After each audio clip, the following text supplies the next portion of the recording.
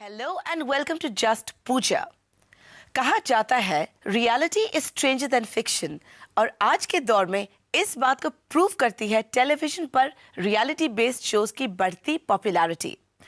Whether it is game shows or competitions, music-based or celebrity-oriented shows, reality-based programming is the new star on the satellite sky. To talk about the onset of reality TV in India, we have a host of exciting guests with us today. But to begin with, let's talk to India's latest sweetheart and a product of reality TV. Please welcome the Indian idol, Abhijit Sawant.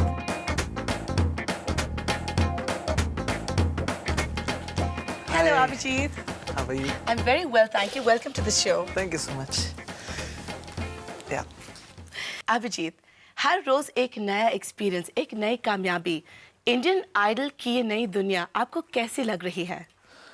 मुझे बहुत अच्छी लग रही है क्योंकि यहाँ तक पहुँचना भी एक अलग बात थी, एक अलग एक्सपीरियंस था। इतने दिनों तक हम लोग जो टेंशन झेलते आए थे, इतना एक हर दिन अलग अलग एक्सपीरियंस होता था। जैसे आपने बोला कि हर दिन एक नया नया चैलेंज होता था और उसको कंप्लीट करके हम नेक्स्ट स्टेज पे पहुँचते थे और यहाँ तक पहुँचे। बहुत अच्छा लगता है कि यहाँ तक पहुँचे, इतने लोग चाहते हैं। इससे पहले आप बैंड के साथ एक सिंगर थे। आई थिंक आप कॉन्सर्ट्स, फंक्शंस में गाते थे और अचानक आपको इतनी सारी कामयाबी मिल गई है, तो आप में क्या बदलाव आपने महसूस किया? बदलाव तो बहुत आए क्योंकि पहले का स्टेज जो था वो छोटा सा, लिमिटेड ऑडियंस रहती थी, इतना रिस्पेक्ट नहीं होता था उस वक्त। लेकिन आज एक नाम बन गया, मेरे नाम के पीछे इंडियन आइडल लगा है, तो उसकी वजह से आज मुझे उतनी पॉपुलैरिटी मिल चुकी है, शो के रेट्स बढ़ चुके हैं, मेरे पेमेंट्स बढ़ चुका है और डेट्स फुल हो चुके हैं। तो ये बहुत सारी आप में क्या बदलाव आए हैं? पर्सनली वैसे तो कभी कुछ फर्क नहीं आया अभी तक, और मैं कोशिश भी यही कर रहा हूँ। नहीं बन गई?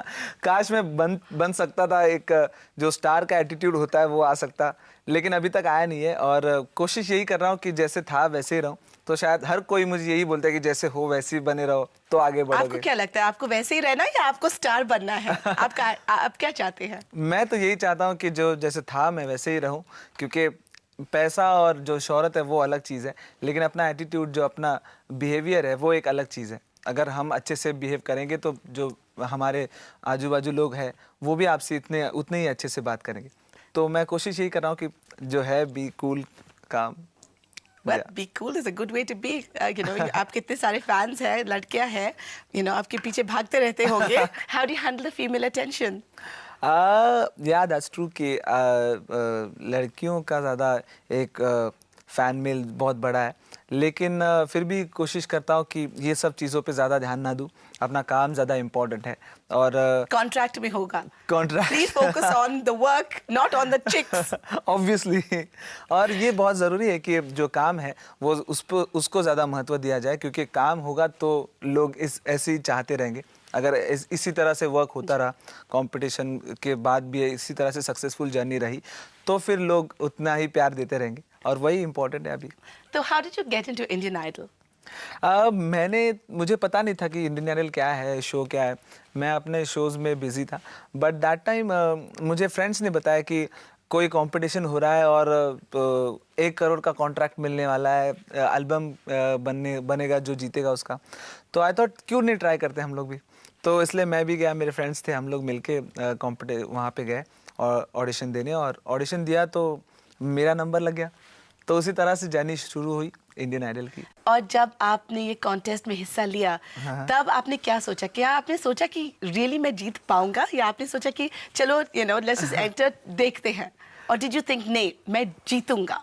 मेन थिंग ये थी कि मैंने कभी ये सब सोच के नहीं गया कि जीतना ही है या मुझे इंडियन आइडल बनना है, क्योंकि हर कोई पहले बोलता था कि यार एक ही आदमी बनेगा, इतने हज़ारों लोग आएंगे, इतने लाखों लोग आएंगे, उसमें से एक आदमी कोई तो इंडियन आइडल बनने वाला है।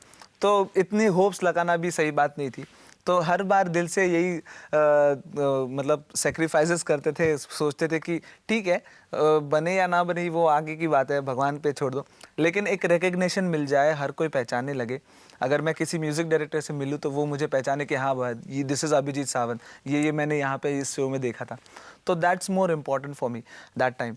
तो यही कोशिश कर रहा था कि वो मिले और वही मुझे मेरे लिए काफ़ी था। अच्छा, इस कंपटीशन में आपका सबसे यादगार पल कौन सा था?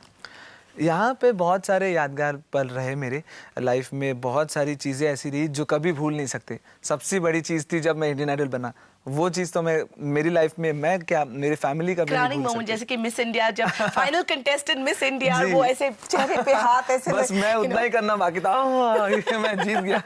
बट लेकिन बहुत अच्छा लगा कि कंपटीशन जीतने के बाद जो चीज़ जिसके लिए हमने सोचा था कि कुछ करना है, कुछ बनना है, वो मेरे लिए था। अभी भी जब फैमिली को देखता हूँ तो उनके चेहरे पे एक खुशी दिखती है, वो खुशी ज़्यादा हमें भी अच्छी लगती है, मुझे अच्छी लगती है, और ये ज़्यादा इम्पोर्टेंट होता है लाइफ में। और फेलो कंटेस्टेंट्स में आपका रिश्ता कैसा रहा है? से विद अमित साना एंड राहुल वैद्य जो है, जी। What is your relationship with them? Relation बहुत अच्छा रहा, दोस्त रहे और दोस्त से ज़्यादा भाई जैसे रहे।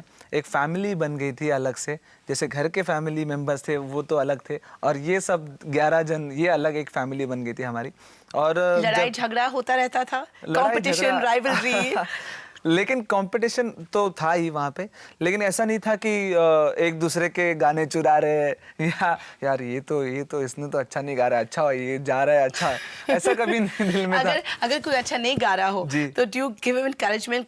कोई कहता है उनसे, नहीं नहीं ऐसा मत गाना, वैसा वैसा कीजिए? बहुत बार ऐसा होता था कि कोई ठीक से नहीं गा रहा है या हमें लगता था नहीं यार ये कुछ तो गलत है, तो हम लोग उसको बोलते थे कि अरे यार दिस इज योर फॉल्ट, तो आप सुधारो इसको, ये गलती आपकी सुधारो, अच्छा होगा।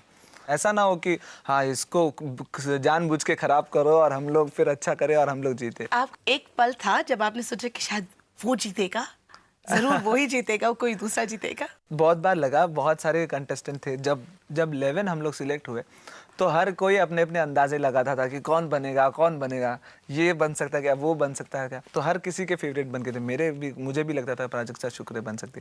और हम सब जानते हैं कि इंडियन आइडल के जजेस बहुत रूड थे, कंटेस्टेंट के साथ इतनी बेरहमी से वो बातें करते थे, people was like crying and people get upset, viewers भी देखते थे, my god what is the जज saying so mean, so did anyone say anything really mean to you that you remember? ऐसे तो ज़्यादा कुछ हुआ नहीं मेरे साथ बुरा, लेकिन एक बार अनुज जी ने कहा था अपने अंदाज में कि आज तुमने मेरी शायरी भुला दी, तो दैट वाज मतलब तभी बहुत बुरा लगा था कि अरे यार आज तो बहुत बुरा बोल दिया, इंसल्ट हो गया हमारा, तो इतने सारे लोग देख रहे हैं अभी क्या सोचेंगे। लेकिन ये सब चीज़ें होती है जो आदमी को और स्ट्रॉन्ग बनाती है, और वही चीज़ें थी जिसकी वजह से आज तक यहाँ तक पहुँचे। अभिजीत, आपसे और बहुत सारे मज़ेदार बातें करने हैं, लेकिन ब्रेक के बाद।